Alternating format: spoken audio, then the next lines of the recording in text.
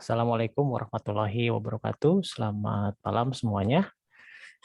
Malam, Mbak. Waalaikumsalam Waalaikumsalam warahmatullahi malam, Pak. wabarakatuh. Waalaikumsalam Malam, Pak. warahmatullahi wabarakatuh. Iya, alhamdulillah malam hari ini kita bisa melaksanakan perkuliahan walaupun dengan keadaan daring ya. Nah, malam hari ini kita masuk ke pertemuan 6 dengan materi adalah teknologi informasi ya. Nah, di materi teknologi informasi ini sebetulnya serangkaian dari teknologi yang sudah kita bahas sebelumnya ya. Seperti teknologi teknologi komunikasi gitu ya. Lalu juga pengertian tentang yang sebelumnya sudah kita pelajari juga ya, tentang teknologi, tentang ilmu pengetahuan. Jadi ini merupakan satu kesatuan atau serangkaian yang nanti juga ketika di minggu depan itu berhubungan dengan teknologi komputer ya. Jadi semakin menjurus ke keilmuan yang sedang kita pelajari ya di SLT Wastu Kencana. Nah, dari teknologi informasi ini sebetulnya banyak yang terjadi ya, perubahannya banyak, dari mulai sejarahnya juga banyak, lalu muncul juga ilmu pengetahuan, cabang-cabang ilmu pengetahuan baru ya dari teknologi informasi, bahkan nama teknologi informasi itu sendiri juga merupakan suatu temuan baru ya, temuan baru di era fase ketiga ya, ketika zaman-zaman komputer ditemukan gitu ya, ketika komputer ditemukan, sehingga ada istilah sistem informasi, ada istilah teknologi informasi ya, ada istilah informatika dan sebagainya seperti itu. Oke, saya share screen dulu, coba. Iya.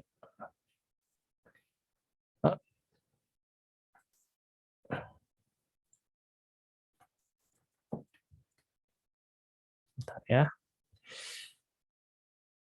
Ini terbuka.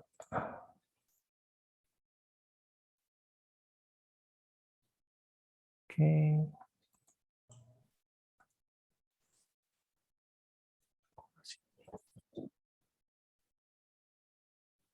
Ya, oke.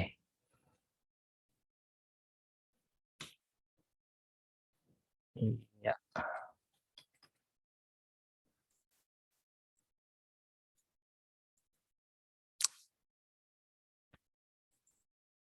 Ya, oke, sudah ke-share. Tadi ada sedikit kendala teknis.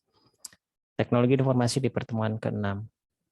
Nah, sebetulnya sempat saya bahas ya ketika di pertemuan sebelumnya tentang data ya, tentang data, gimana data itu dikirimkan ya, dan materi di teknologi komunikasi itu kan menjelaskan tentang pengiriman data, informasi, dan ya berupa pesan ya, pesan itu berupa data atau informasi.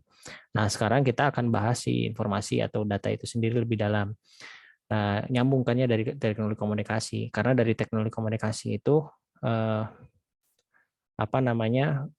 objek yang menjadi perhatian adalah pengiriman pesan, di mana pengiriman pesan itu berupa data atau informasi. Nah, selanjutnya kita bahas tentang si teknologi informasi itu sendiri ya, yang di mana informasi itu bersumber dari sebuah data.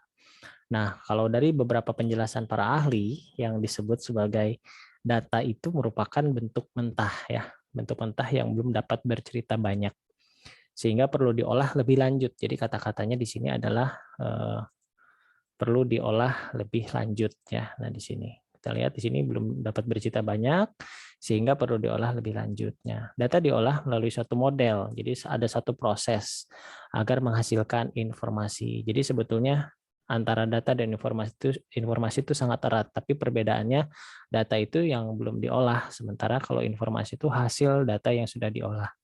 Lalu ada lagi yang berpendapat bahwa data adalah representasi fakta ya. Nah, jadi kata kuncinya adalah fakta. Data itu adalah fakta, itu juga betul. Nah, di sini adalah fakta dari dunia nyata yang memiliki suatu objek ya, seperti manusia, hewan, barang, dan sebagainya. Bisa juga berupa peristiwa, konsep ya, atau keadaan. Nah, di sini data itu diwujudkan dalam bentuk angka ya, atau huruf, atau simbol, atau teks. Jadi bentuknya itu bisa berupa kombinasi dari yang tadi saya sebutkan, ada angka, huruf, simbol, teks, gambar, bunyi, dan sebagainya. Bisa juga berupa frekuensi. Nah, karena bunyi itu adalah frekuensi juga ya. Nah, lalu di sini itu adalah representasi dari sebuah data. Jadi menyebutkan bahwa data itu adalah sebuah fakta. Nah, kemudian ada lagi yang berpendapat bahwa data merupakan komponen dasar gitu ya, komponen dasar dari informasi. Nah, di sini lagi-lagi informasi dan data itu berhubungan sangat erat.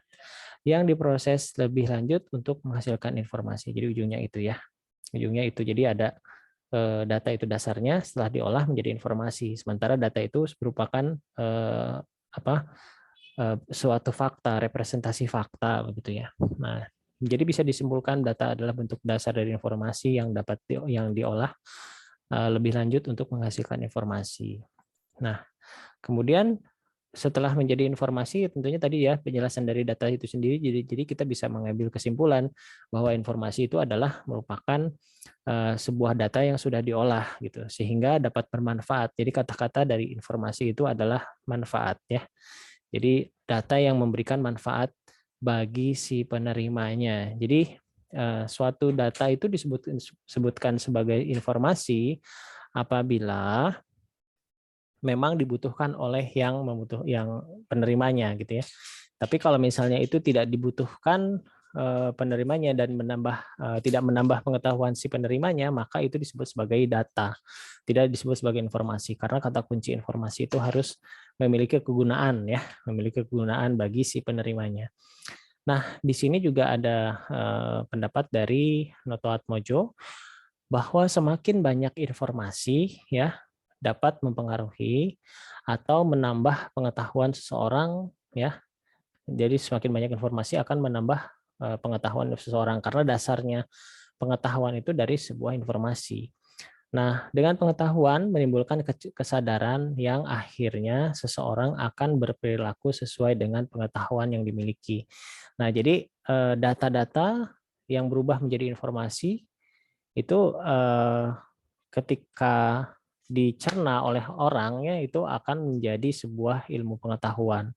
Jadi ilmu pengetahuan itu ya bisa disebut sebagai kumpulan dari berbagai informasi ya, kumpulan berbagai informasi yang sejenis tentunya. Jadi misalnya kalau kita berbicara tentang ilmu pengetahuan alam ya berarti di situ kita mempelajari semua informasi, semua data dan informasi ya yang berhubungan dengan alam gitu, seperti itu.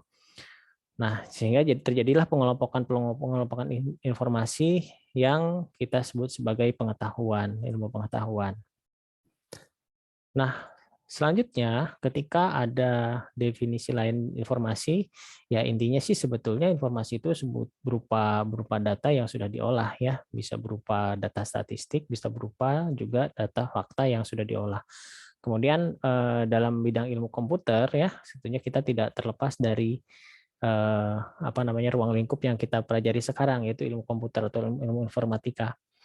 Informasi ini memiliki pengertian adalah data yang disimpan, ya, diproses dan ditransmisikan. Jadi lebih ke teknisnya. Jadi informasi ini adalah data yang disimpan, diproses dan ditransmisikan.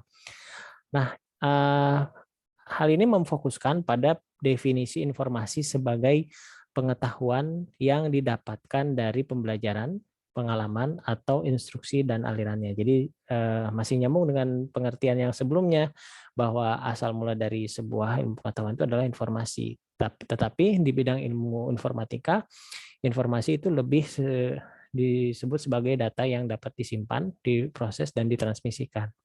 Sehingga di ilmu informatika itu ada yang namanya siklus informasi. Ya.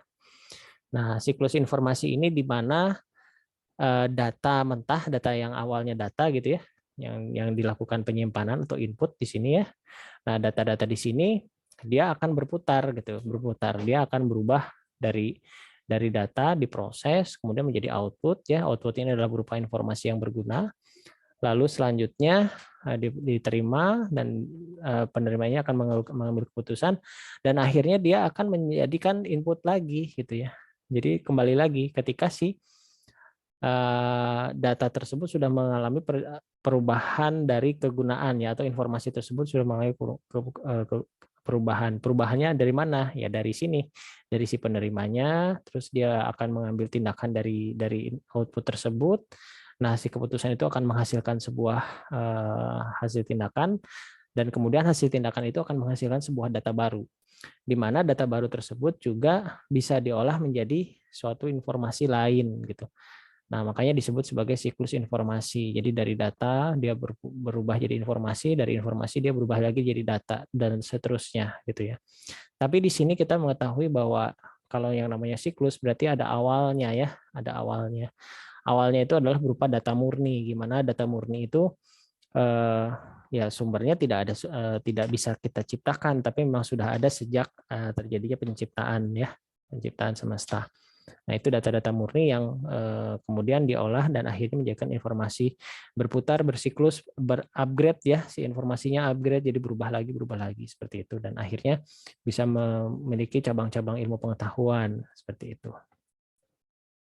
Nah, tadi sempat dibahas bahwa informasi itu tergantung dari kebutuhannya ya.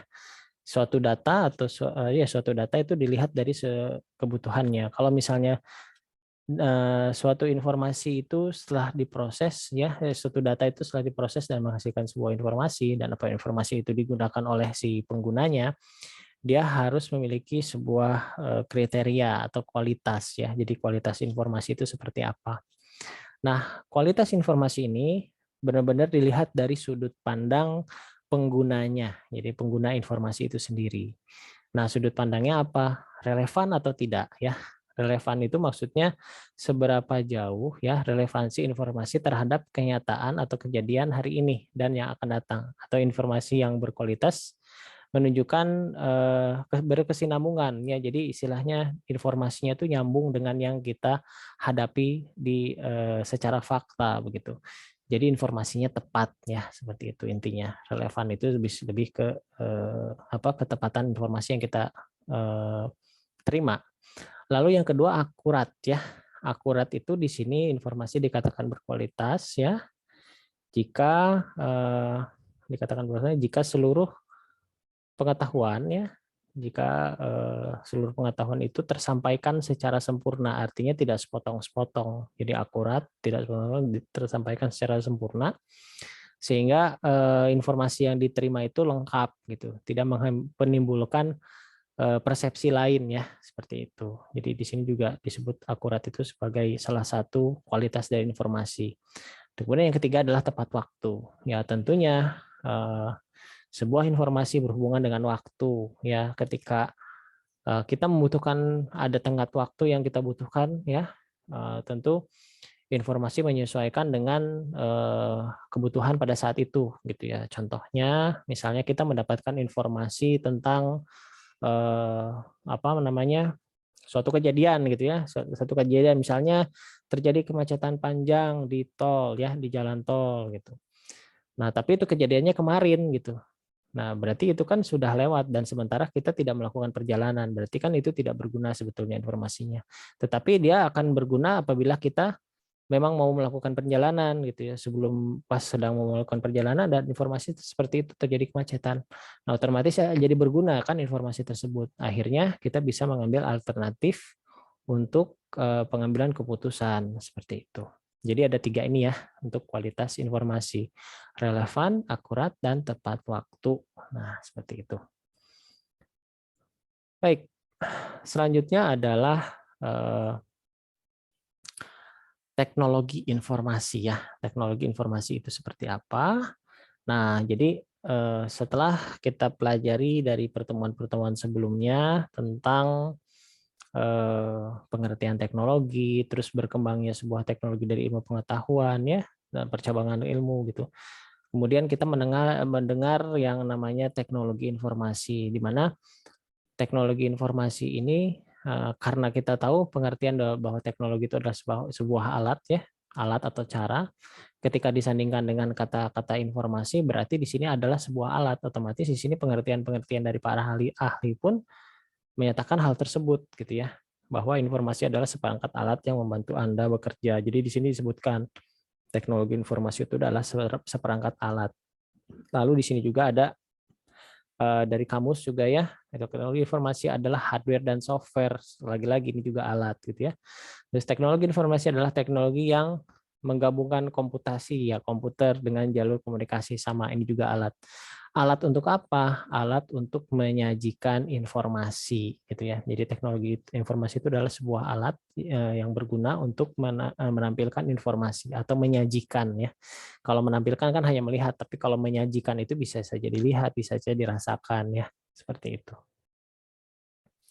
Nah, dari teknologi informasi inilah berkembang dari teknologi informasi ini seperti yang kita alami sekarang ya. Jadi alat-alat untuk menyajikan informasi itu sangat beragam ya, sangat beragam, di mana komputer juga salah satunya merupakan hasil dari teknologi informasi ya, karena berguna untuk menyajikan sebuah informasi.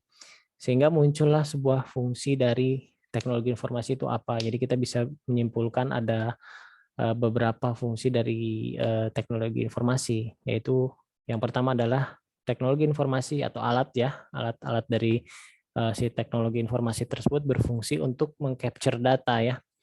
Mengcapture data ini artinya menginput, proses input. Jadi tidak, yang namanya di informatika tidak jauh dari proses input ya, input, proses dan output gitu. Nah, inputnya ini capture data, di sini bisa berupa alat-alat untuk merekam sebuah data seperti mikrofon ya, atau keyboard, scanner, barcode dan lain sebagainya. Kamera juga ya, sebetulnya itu bisa kamera yang nge-scan barcode, scanner juga ya, seperti itu. Nah, lalu setelah di capture, maka langkah selanjutnya data tersebut dilakukan pengolahan ya, processing, di mana pengolahan ini adalah memproses data yang masuk yang diterima untuk menjadi sebuah informasi. Nah, pengolahan ini bisa berupa mengkonversi, menganalisis, menghitung ya. Nah, dan lain sebagainya, kalkulasi ya. Dan sekarang kan dari proses-proses yang ada di teknologi informasi sekarang itu bisa menghasilkan sebuah ilmu-ilmu baru ya, seperti data mining, big data, machine learning ya, yang sekarang sedang benar-benar istilahnya booming ya. AI juga ya, artificial intelligence itu juga sebetulnya dari awal cikal bakalnya dari sebuah teknologi informasi yang dimanfaatkan pemrosesan datanya, pemrosesan analisis data. Nah, dari hasil-hasil proses data tersebut itu akan menghasilkan sebuah output. Nah, outputnya bisa berupa laporan, bisa berupa grafik, bisa berupa video, bisa berupa gambar dan lain sebagainya. Nah, si laporan sesuatu auto output itu adalah berupa informasi ya. Nah, setelah ditampilkan, fungsinya ternyata tidak selesai sampai di sana. Sampai setelah ditampilkan data tersebut ya, informasi tersebut harus bisa disimpan. Nah, berarti kalau bisa disimpan ada fungsi lain ya di sana. Fungsinya apa? Karena ketika sesuatu itu disimpan berarti akan dimanfaatkan di suatu saat ya. Akan dimanfaatkan di suatu saat. Jadi ada media penyimpanan. Lalu setelah disimpan, nah tentunya langkah selanjutnya suatu saat ketika dibutuhkan dilakukan pencarian kembali atau retrieval data tersebut. Jadi data yang sudah tersimpan bisa diambil kembali. Nah, kemudian setelah diambil, bisa diekstrak lagi, maka data tersebut bisa didistribusikan atau ditransmisikan, transmission ya. Di sini dalam pengiriman data bisa melalui jaringan komputer atau jaringan internet yang ada pada saat ini.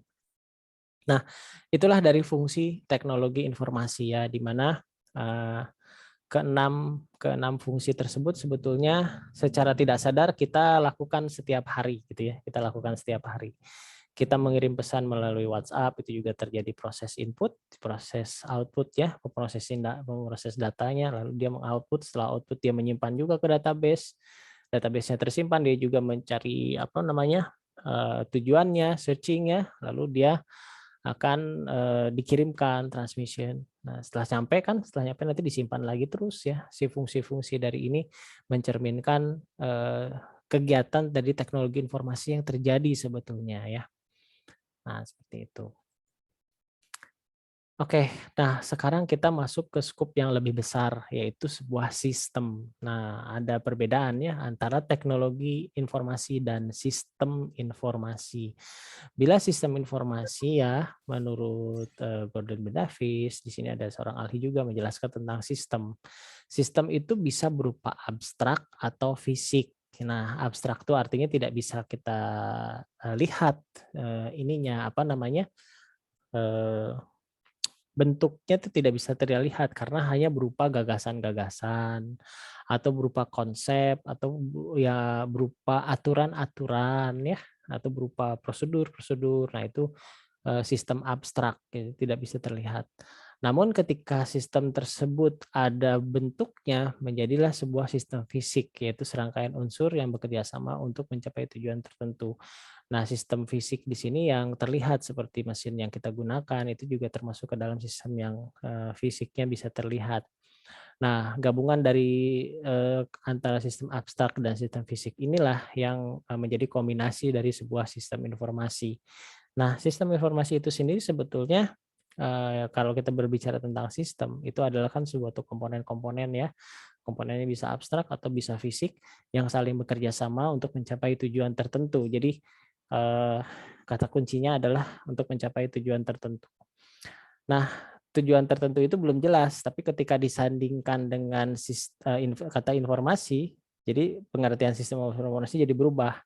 Tujuan tertentu itu berubah menjadi untuk menyajikan informasi, ya sehingga kalau bisa kita lihat pengertian dari sistem informasi itu adalah merupakan kombinasi teratur dari orang-orang ya, perangkat keras, perangkat lunak, jaringan komunikasi, sumber data. Ini intinya sebetulnya teknologi informasi ya, merupakan kombinasi dari teknologi informasi yang sumber data dan sumber data yang mengumpulkan, mengubah dan menyebarkan informasi. Nah, di sini ya. Jadi kata kuncinya sistem informasi itu adalah sebuah pemanfaatan teknologi informasi untuk menyebarkan informasi atau lebih singkatnya ya sistem informasi itu adalah sebuah mekanisme untuk menyajikan sebuah informasi. Nah, lebih simpelnya seperti itu kita bisa simpulkan. Karena kenapa saya sebut mekanisme ya karena di sana banyak yang terlibat dan tujuannya tetap untuk menyajikan sebuah informasi. Nah, di sini bisa kita lihat ya, kalau di sini kan disebutkan perangkat lunak, perangkat keras itu merupakan bagian dari sebuah sistem informasi. Nah, bisa kita ambil contoh beberapa yang sudah kita pelajari sebelumnya bahwa ternyata teknologi informasi itu adalah sebuah alat. Nah, inilah seperti ini ya, alat-alat yang sekarang mungkin berada di sekitar kita ya, smartphone, laptop itu yang terlihat gitu. Ada juga berupa software, tapi software memang harus terlihat di komputer ya, tapi bisa dilihat, bisa digunakan. Softwarenya macam-macam, bisa software statistik untuk menghitung data statistik, software database ya untuk berfungsi untuk menyimpan sebuah data dan nanti digunakan kembali. Ada software data mining yang berguna untuk mencari informasi dari sekumpulan data yang sangat besar ya, dan juga ada software artificial intelligence yang tentunya menghasilkan bidang ilmu seperti machine learning ya, big data analisis ya. Nah, seperti itu dan lain sebagainya.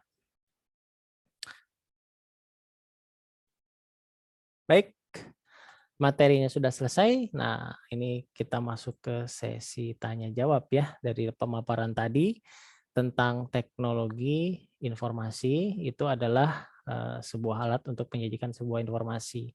Sementara sistem informasi itu adalah merupakan terdiri gitu ya, terdiri dari sistem informasi itu terdiri dari teknologi informasi itu sendiri. Nah, yang tujuannya tetap untuk menyajikan sebuah data. Nah, dari yang terjadi di sekitar kita itu banyak sekali contoh yang bisa kita bahas ya.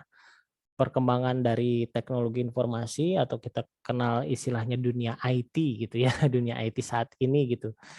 Itu pesat sekali dalam waktu 10 dekade ya, 10 bukan 10 dekade ya, 1 dekade terakhir itu 10 tahun terakhir itu sangat pesat sekali perkembangannya.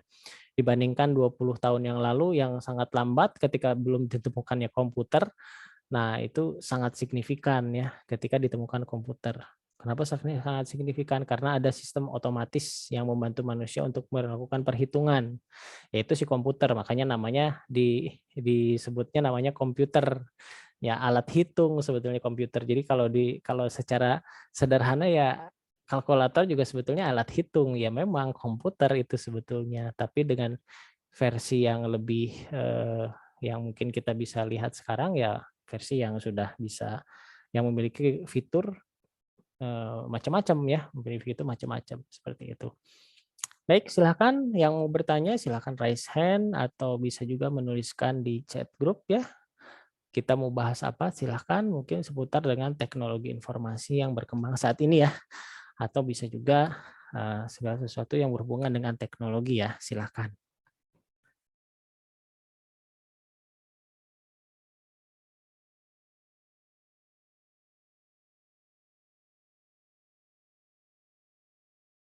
Ya, pada diam semua.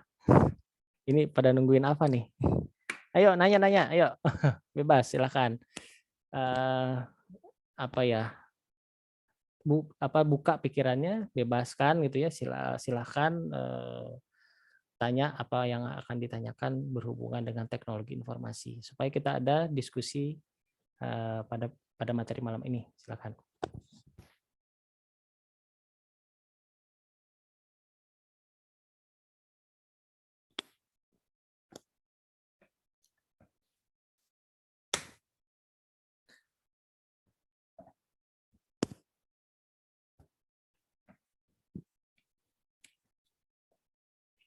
Wah, tidak ada yang nanya nih.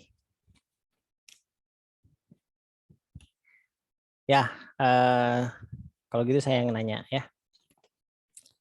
Tadi sempat saya singgung data murni. Ada yang nyimak nggak? Apa yang disebut dengan data murni? Nah, siapa yang bisa menjelaskan apa yang disebut sebagai data murni? Gitu.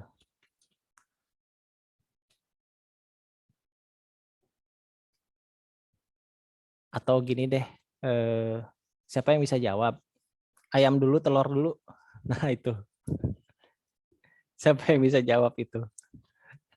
Ayam dulu, telur dulu. Karena ini berhubungan dengan apa yang kita pelajari sebetulnya. Jadi pengertian teknologi informasi atau sistem informasi itu jangan kita anggap sempit ya, karena sebetulnya sangat luas gitu bahasannya.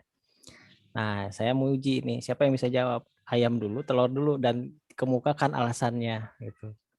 Karena sebetulnya sudah ada jawabannya gitu. Sudah Duluan ada ayam, jawabannya. Pak. Duluan ayam kenapa? Karena telur itu harus dirami oleh ayam, Pak. Jadi duluan ayam, Pak. Duluan ayam, telur harus dirami oleh ayam. Kalau di inkubator kan bisa menetas juga. Telur dulu. Telur Beli telur ke warung juga beli telur ayam bukan ayam telur. Betul. Telur dulu ya. Cuman telur nggak bisa apa ya? Nggak bisa dengan begitu yang ada kan, harus ada mulainya kan. Pasti harus ada ayamnya dulu. Nah gitu kan. Pertanyaannya akan begitu terus, tapi ketika kita berbicara data murni itu langsung stop pertanyaannya. Apa itu data murni? Ketika data tersebut memang diciptakan gitu ya. Data tersebut diciptakan oleh siapa ya? Sang pencipta. Nah, berarti yang menciptakan itu apa dulu? Kalau misalnya sesuatu itu mekanismenya itu harus lengkap dulu kan dari awal. Ya, sang pencipta itu menciptakan sesuatu itu lengkap dari awal, ada mekanismenya. Nah, kalau kita lihat mekanisme dari telur, bisa tidak dia berdiri sendiri? Nah, dia membutuhkan orang lain, membutuhkan sesuatu yang lain untuk bisa berlanjut. Sementara kalau ayam, ya dia kan punya mekanismenya di sana. Mekanisme reproduksi ada di sana. Otomatis bisa melakukan pengembangbiakan. Nah, kalau dilihat dari situ berarti ayam dulu yang diciptakan. Nah, ayam dulu yang diciptakan kan. Berarti data murninya itu gitu. Nah, itu yang disebut sebagai data murni atau data yang memang awalnya itu tidak tidak bisa diciptakan oleh manusia itu sendiri gitu. Sehingga si manusia itu hanya bertugas untuk mengolah data-data murni, menghasilkan sebuah informasi-informasi baru, dan hubungannya dengan yang tadi yang kita bahas, sebuah siklus informasi di mana data dibutuhkan, diolah menjadi sebuah informasi, lalu informasi tersebut menjadi data lagi dan menghasilkan pengetahuan yang lebih luas lagi seperti itu. Dan begitu selanjutnya seperti itu. Oke, sudah ada yang chat. Di sini ada pertanyaan tentang dampak negatif teknologi informasi menyebabkan kerusakan moral pada masyarakat luas, yang menyebabkan apa yang menyebabkan ini ya sebetulnya manusianya ya, karena manusia itu diciptakan selalu bukan hanya manusia ya, segala sesuatu yang ada di dunia ini tuh diciptakan berpasangan ya, bahkan sebetulnya ada 3 bagian sih ya, bukan berpasangan, karena positif negatif ada yang di tengahnya, di antaranya pasti ada ya. Nah, seperti itu. Nah, itu selalu terjadi. Jadi segala sesuatu yang baru itu pasti ada dampak negatif, ada dampak positif, tapi ada juga yang di tengah-tengah gitu ya. Ada yang positifnya diambil, negatifnya juga jalan gitu. Ada yang kayak gitu. Karena ada transisi.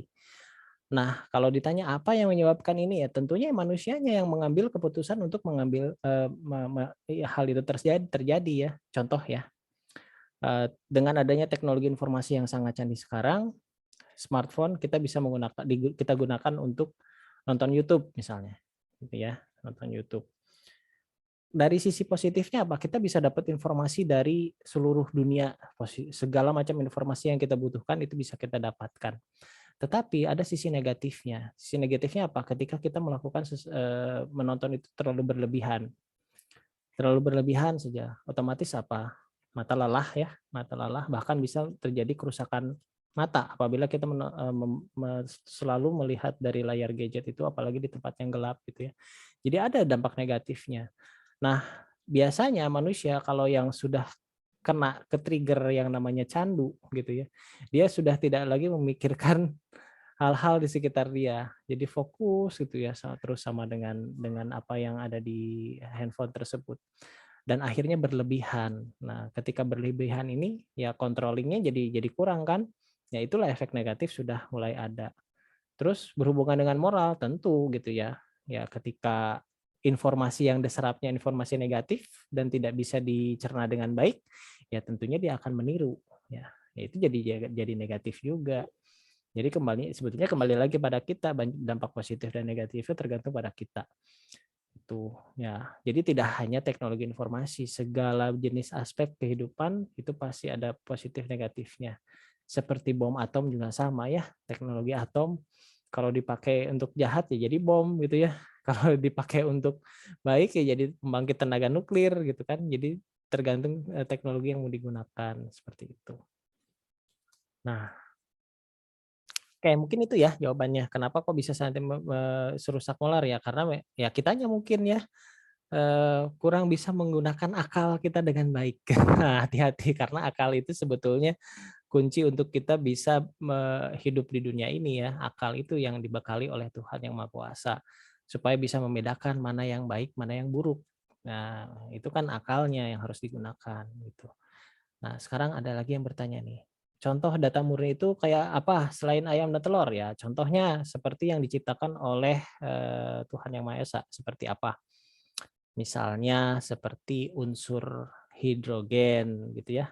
Unsur hidrogen, terus unsur itu kan data murni, data hidrogen itu. Terus ketika dia bercampur dengan unsur oksigen ya menjadi air, menjadi informasi tambahan. Ya kan? Begitu terus air diolah lagi ya bisa jadi macam-macam ya. Bisa jadi untuk minum, bisa jadi untuk apa namanya? Dan lain sebagainya, bahkan bisa jadi bahan bakar gitu. Oke, ada lagi yang bertanya. Izin bertanya, mohon maaf di luar pembahasan, kalau Bitcoin itu halal atau haram? Itu terserah ya. Saya nggak bisa jawab karena ini hal sensitif dan berhubungan dengan sesuatu yang ramai sekarang. Karena yang namanya halal haram itu kan sebetulnya aturan agama ya. Nah, sementara agama itu adalah pribadi sebetulnya. Sifatnya sangat-sangat pribadi kalau agama itu. Jadi sebetulnya tidak bisa disamaratakan kualitas ibadah seseorang dengan orang lain gitu ya, tidak bisa disamaratakan gitu, karena itu bersifat pribadi, hanya dia dan Tuhan saja yang mengetahui. di Al-Qur'an juga disebutkan hanya Allah, hanya Rob gitu ya yang mengetahui siapa yang tersesat di jalannya. Nah itu ada 4 ayat, silahkan cari sendiri. Jadi manusia itu tidak punya hak untuk menyalahkan orang lain sebetulnya. Karena yang memiliki hak itu hanya Rob. Nah silahkan cari. Ayat ini jarang sekali orang membaca. Padahal di situ ada 4 ayat di Quran yang menentukan bahwa yang menentukan salah benar itu hanya Rob. Begitu. Nah kita tuh tidak punya hak. Ketika kita sudah menyalahkan orang lain, berarti kita sudah bersikap seperti Rob. Nah bayangkan, itu yang bahaya. Ya silakan carilah ya. Nah itu sekilas aja. Supaya apa? Kita Bapak, bertindak seperti wise. Seperti itu ya. Oke. Ya gimana Sri? Bapak izin tanya ya. Silakan. Kan tadi dari penjelasan Bapak yang tadi itu kan yang poin-poin apa konsep apa siklus teknologi apa ya? Siklus informasi. Nah, Ya, siklus nah, ya gimana? cari ya Pak tadi sebelumnya. Gimana? Jadi, Gimana? Tadi terputus. Apa sih daur hidup produksi itu menyerupai daur hidup informasi gitu Pak. Jadi nyambungnya ke sistem informasinya maksudnya gimana ya Pak? Oh ya, oke. Jadi hubungan antara siklus informasi dengan sistem informasi ya. Mungkin Dari ke sana. poin-poin yang tadi sebagai iya. Ya, Iya. jadi nyambungnya gimana nih dari siklus kok ke sistem informasi begitu kan? Iya. Ah iya, oke. Nah, ya sebetulnya nyambungnya begini. Jadi kalau sesuatu disebut sistem informasi itu kan sesuatu komponen atau alat ya, bisa berupa alat, bisa berupa komponen, bisa berupa aturan ya, yang tujuannya untuk menyajikan informasi kan itu ya. Jadi sistem informasi itu kita pegang dulu pengertiannya itu. Jadi sebuah komponen atau sebuah alat, suatu sistem, mekanisme lah. Sistem itu kan suatu mekanisme yang tujuannya untuk menyajikan sebuah informasi. Nah, hubungannya dengan siklus informasi seperti apa? Ya, sangat berhubungan karena di situ cara kerja sistem informasi itu terjadi. Ya, ketika ada data masuk ya, misalnya contoh konkret aja lah supaya misalnya lebih jelas. Ada yang disebut sistem informasi akademik ya, atau sistem informasi absensi sajalah yang sekarang yang mungkin sering kita pakai sehari-hari. Kenapa kok dikatakan sistem informasi absensi ya? Karena di situ ada orangnya yang mengelola ya, ada alatnya berupa hardware-nya, ada database-nya, ada jaringannya, ada yang interaksi di sana. Nah, terus di mana siklus informasinya? Siklus informasinya di mana? Ketika ada data yang hadir. Nah, itu kan data tuh masuk satu orang hadir misalnya. Misalnya Sri hadir di hari ini gitu ya, masuk datanya. Nah, dimasukkan, itu kan proses input. Proses input dari data itu. Nah, lalu kan diproses tuh. Terjadi pemrosesannya apa? Ketika dikumpulkan dari sekian hari ya, kan di akhir ketika setelah ada nilai akhir itu kan ada perhitungan jumlah presensi. Ya kan dihitung semua. Itu kan terjadi proses dan akan menghasilkan sebuah informasi bahwa oh ya ini ternyata anaknya rajin ya, tidak pernah bolos lah istilahnya. Kan dapat informasi di sana, begitu kan ya. Nah, dapat informasi di sana. Nah, tentunya si informasi itu kenapa disebut informasi? Karena dibutuhkan oleh siapa? Ya misalnya oleh dosennya untuk mengambil keputusan dikasih nilai berapa gitu kan ya, presentasinya berapa. Nah, itu salah satunya. Nah, sudah jadi informasi. Nah, ini kan kita bergelut di sebuah sistem. Nah, lalu kemudian apakah itu bisa jadi data? Bisa jadi data untuk untuk proses sistem informasi yang lain gitu. Jadi kalau dari sistem kehadiran kan kelihatan tuh ya, kehadiran kelihatan dia akan menghasilkan sebuah informasi dan ujungnya berupa nilai dari mata kuliah gitu kan. Padahal awalnya dari absen juga. Nah, karena ada penggabungan beberapa data lagi dari data absensi itu berupa yang tadinya kan berupa informasi bahwa oh anak ini rajin ya, anak ini rajin bagus. Hanya baru sampai sini aja gitu ya. Tapi ketika digabungkan dengan data yang lain, dengan informasi yang lain, misalnya dengan hasil ujian, hasil UTS ya, hasil tugas, ternyata diproses lagi. Itu kan sudah jadi proses baru ya. Yang tadinya informasi berubah menjadi data gitu. Diproses lagi, menghasilkan nilai akhir. Ini nilainya A, B, atau C gitu kan. Itu jadi informasi baru lagi kan. Oh iya, ini dapat nilai A gitu ya untuk mata kuliah konsep teknologi misalnya gitu. Terus dikumpulkan lagi kan dengan mata kuliah yang lain gitu. Dapat nilai dapat proses lagi menghasilkan nilai akhir apa? Dapat IPK misalnya. Dapat IP apa? IP ya, IP semester. Terus berputar sampai naik lagi ke level selanjutnya, dari IPK kemana, nanti masuk ke semester berikutnya dikumpulin lagi gitu kan, nanti menghasilkan dikumpulkan menghasilkan nilai lagi, terus sampai misalnya mau lulus kan, ini layak atau tidak, itu dapat lagi kan, levelnya semakin tinggi semakin siklusnya semakin berputar, si level informasinya juga semakin berbeda seperti itu. Nah, mungkin itu ya hubungannya antara siklus informasi dan si sistem informasi itu sendiri seperti apa cara kerjanya. Begitu. Oke, mudah-mudahan bisa dipahami. Terima kasih, Pak. Iya. Oke, izin bertanya. Ada lagi yang bertanya di sini. Dalam perkembangan zaman ini, perkembangan teknologi sangat pesat dan dapat berubah dengan tidak terduga. Ya tidak terduga kalau kita tidak waspada sih. Kalau kita waspada mau ketahuan juga sih sebenarnya ya. Maka dari itu, apakah sebuah teknologi dapat hilang? Faktor apa saja yang dominan mempengaruhi hilangnya teknologi? Ya ketika teknologi itu sudah tidak digunakan. Seperti sekarang yang mulai sayup-sayup itu seperti surat kabar, koran ya, koran yang dicetak. Itu sudah mulai sedikit, dulu tebal-tebal, sekarang tipis-tipis, walaupun masih dicetak, lama-lama kayaknya bakal hilang gitu kan ya, karena sudah digantikan dengan media digital, seperti itu contohnya. Jadi faktor-faktornya ketika si teknologi itu sudah tidak bisa mengikuti perkembangan zaman, begitu. Nah, seperti itu. Oke, ada lagi yang mau bertanya? Silakan.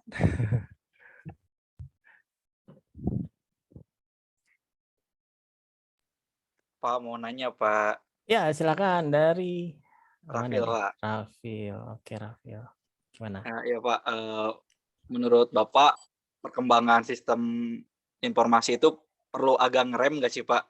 Karena soalnya kan sekarang itu dengan kemudahan akses smartphone itu informasi jadi sering banyak gitu ya. Jadi mudah diakses, jadi gak kekontrol juga gitu informasi yang baik, yang enggak baik gitu Pak. Terima kasih. Oke, terima kasih, bagus ya pertanyaannya. Perkembangan teknologi informasi perlu direm nggak? Ya nggak bisa sih. Kalaupun direm juga nggak akan bisa sebetulnya ya. Kecuali ada teknologi yang memang betul-betul tidak berbahaya lah gitu ya, ditemukan tapi memang lebih ke berbahaya atau lebih ke kesepakatan lah. Kesepakatan ini harusnya tidak bisa dilanjutkan karena memang banyak yang tidak setuju. Contohnya tentang kalau teknologi informasi mungkin saya belum dapat ada contohnya. Contohnya seperti artificial intelligence ya. Sekarang yang sedang rame nih tentang AI. Nah, orang kan khawatir tuh kalau misalnya nanti zamannya robot gimana nih kita diganti sama robot gitu ya. Itu jadi kekhawatiran. Ya memang itu jadi kekhawatiran ketika si teknologi informasi itu tidak diatur dengan baik dan benar. Jadi harus ada yang mengatur, harus ada kesepakatan untuk pengaturan, terutama yang sekarang yang paling lagi aktif itu ya artificial intelligence. Jadi memang perlu ada beberapa kasus memang diperlukan regulasi gitu ya, regulasi untuk pengaturan si teknologi itu sendiri. Tapi di satu sisi juga sebetulnya itu tidak terbendung. So, yang namanya ilmu pengetahuan selama manusia masih hidup itu selalu terus berkembang. Ada orang juga sembunyi-sembunyi untuk mengembangkan itu begitu ya. Ya kita nggak bisa ngebendung gitu ya. Ya pada akhirnya sebetulnya balik lagi ke individu kita masing-masing.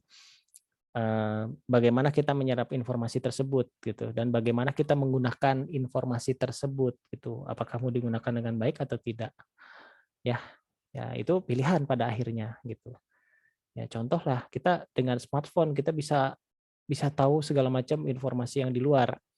Ya sekarang pilihan kita mau mengakses informasi yang seperti apa gitu ya, informasi yang buruk atau informasi yang baik gitu. Ya kalau yang buruk buat apa kita akses? Apakah buat waspada? Perlu gitu ya. Nah itu juga perlu ya. Jadi harus balance. Jadi informasi juga kita nggak bisa terlalu milih-milih yang baik-baik terus ya. Kita juga perlu tahu kondisi yang buruk seperti apa supaya kita terhindar gitu ya. Jadi harus balance lah ya. Tapi bukan berarti kita harus mengikuti yang buruknya ya. Gitu. Seperti itu. Oke, ada lagi yang mau bertanya? Silahkan. Begitu ya, Rafil ya. Pada Iya case Pak, terima tersebut. kasih Pak. Ya case by case sih intinya ya, tidak semuanya bisa berjalan. Oke, ada lagi yang mau bertanya? Ada yang sudah pernah menggunakan VR, virtual reality? Ada Pak, pernah Pak. Nah, pernah. Biasanya gamers nih ya. Nah, karena VR itu biasanya digunakan untuk games awal-awal gitu ya. Tapi sekarang kegunaan dari VR itu banyak gitu. Salah satunya bisa juga digunakan untuk pendidikan.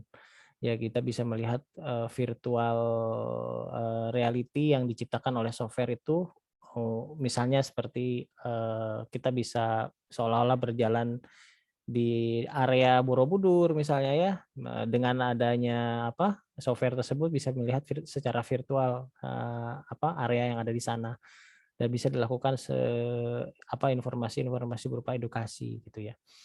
Tapi di sana kepikiran nggak kenapa sih orang kok mau mengembangkan VR gitu ya. Nah, berarti kan ada suatu kebutuhan gitu atau ada suatu ide ya. Ya, idenya apa? Nggak puas dengan layar yang lebar gitu. Layar yang lebar tuh nggak puas gitu. Ya kalau bisa sih kiri kanan nggak kelihatan, ya udah jadi kacamata akhirnya gitu kan. Akhirnya tertutup semua, nah, fokusnya ke mata dan itu ternyata menghasilkan sebuah sensasi baru gitu ya, sensasi baru. Oh ya, ini ternyata seperti lebih real. Bahkan yang saya ya beberapa cuplikan video misalnya di YouTube yang orang pertama kali menggunakan VR terus dilakukan simulasi roller coaster ya teriak-teriak nggak jelas gitu kan.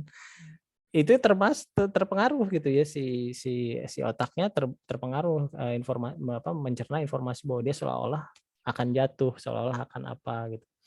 Ya jadi akhirnya menimbulkan suatu media baru. Nah, si media baru itu mungkin akan berkembang dan berkembang. Ya, itulah perkembangan teknologi informasi itu tidak bisa dibendung kalau untuk yang hal-hal seperti itu ya. Tapi kalau yang untuk yang sifatnya sepertinya agak bahaya nih gitu ya, kayak AI itu kan ada bahaya tuh kalau misalnya nggak di regulasinya nggak benar-benar baik gitu. Karena kan udah banyak tuh bukan informasi ya, orang mengembangkan robotnya pinter gitu ya, bisa ngejawab, bisa berpikir gitu. Sudah banyak beberapa ilmuwan menghasilkan robot-robot pintar gitu. Bahkan bisa berkalkulasi, bahkan bisa bikin jokes ya. Waktu itu ada simulasi robot yang bisa bikin jokes. Di wawancara juga bisa menjawab seperti itu. Jadi istilahnya benar-benar mengcopy kecerdasan yang ada di manusia, tapi mungkin tidak 100% ya, dan itu juga harus ada regulasinya. Nah, sekarang sih tentunya manusia itu sendiri yang nanti menentukan kita mau kayak film The Matrix atau mau kayak film Star Trek gitu ke depannya, kayak gitu kan. Kalau film The Matrix kan diatur tuh semuanya manusia dijajah sama mesin gitu kan. Sementara kalau film Star Trek mereka side by side gitu. Side by side, dan di sana peradabannya sangat maju, bahkan bisa menjelajah galaksi ya, bukan lagi planet itu, menjajah galaksi dari sana sini. Nah, itu pilihan dari manusia saat ini sebetulnya mau ke arah mana kita berkembangnya seperti itu.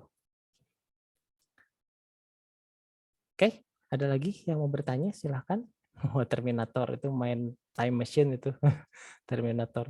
Tapi udah agak basi lah Terminator mah, kayak kehabisan ini bahan gitu ya, kehabisan bahan.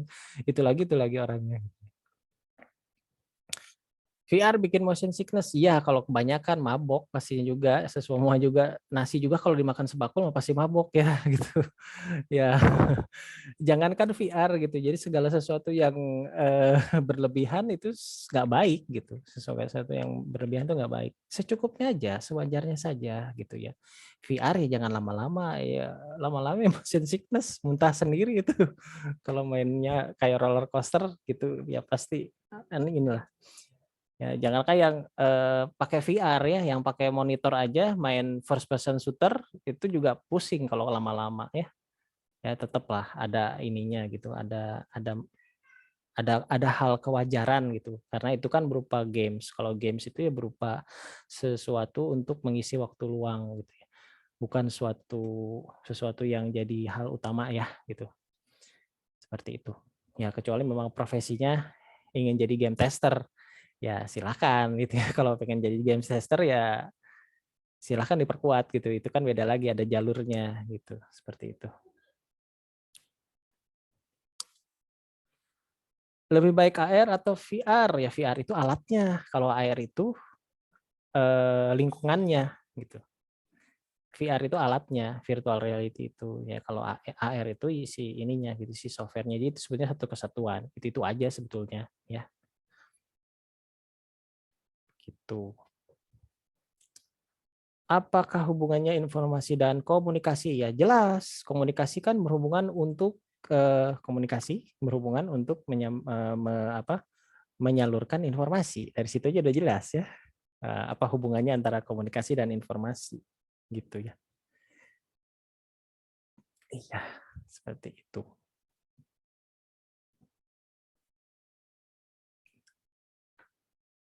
Oke, ada lagi yang mau bertanya? Oke, saya belum bisa kasih tugas dulu ya karena saya materinya juga sebetulnya masih materi umum.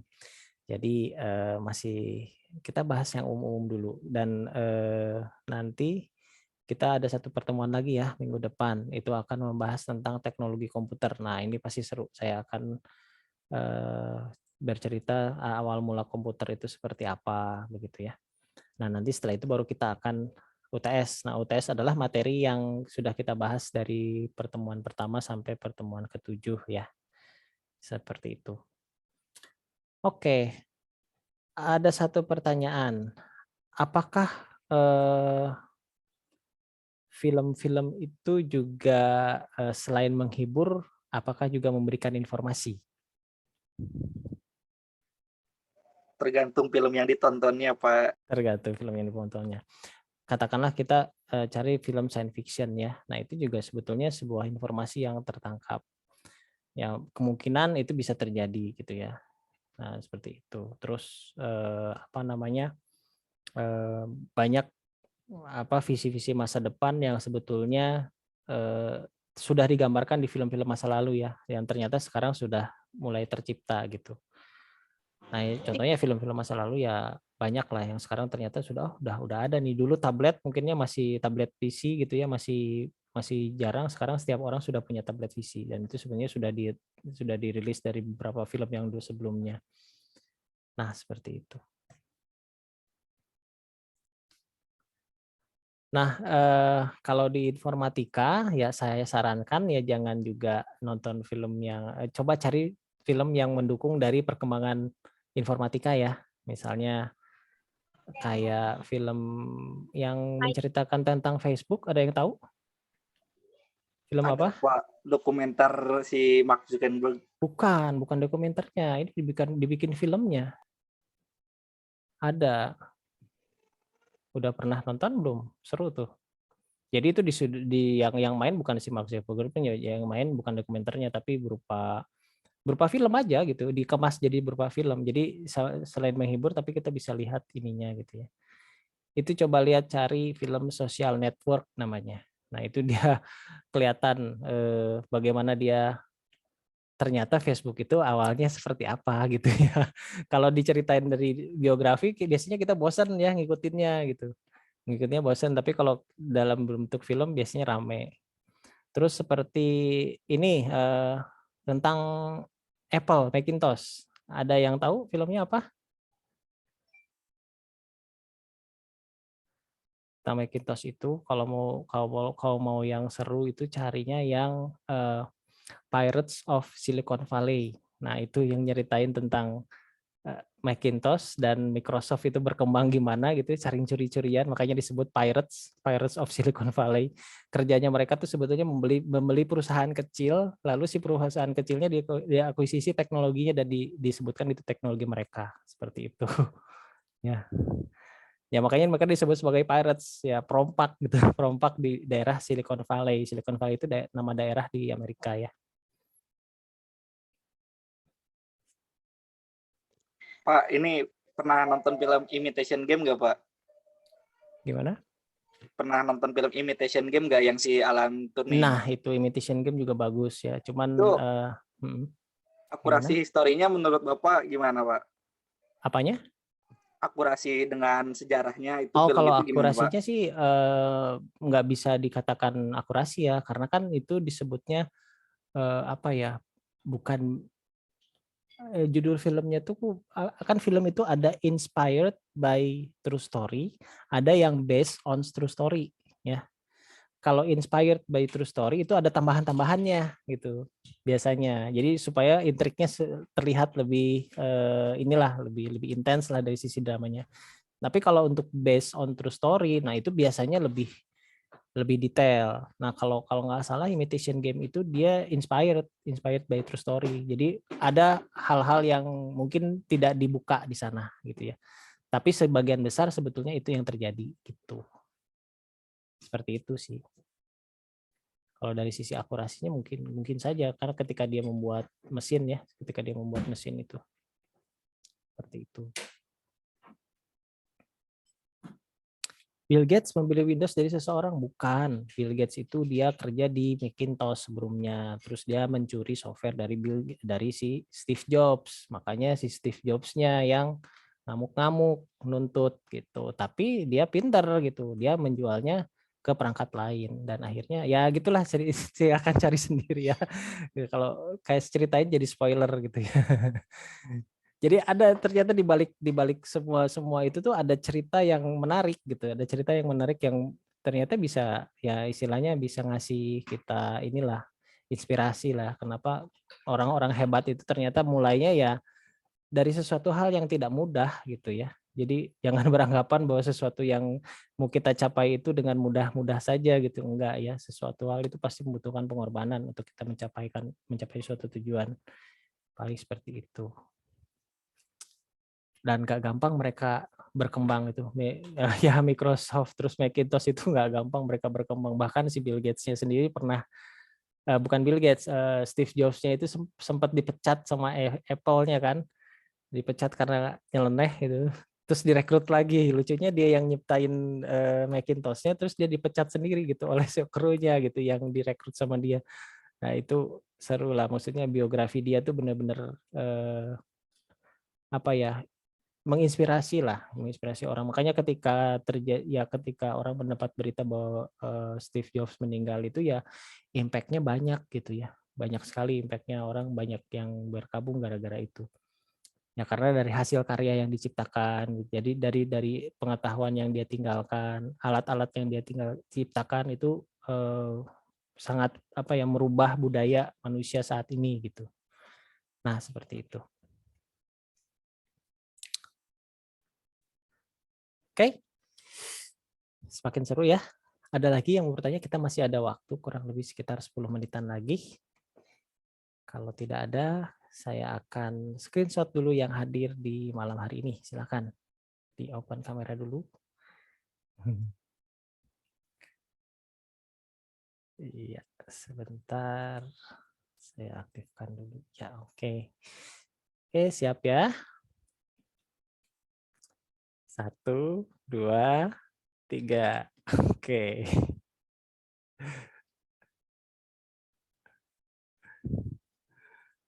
Sip, sebentar ya.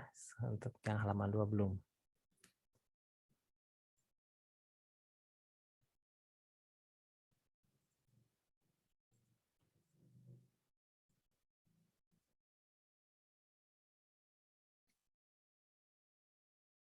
Oke, siap lagi ya untuk yang halaman 2. Ya, 1, 2, 3. Iya.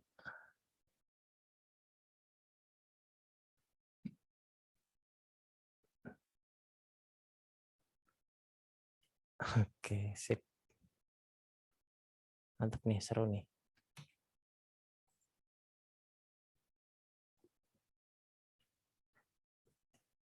Oke, ada lagi yang mau bertanya? Apa sudah cukup bisa dimengerti? Oke, ada lagi nih. Cukup, Pak. Cukup ya. Ya, oke. Sudah, kalau misalnya memang cukup ya kita selesaikan saja ya, kita cukupkan ya, kita tutup kuliah kita malam hari ini.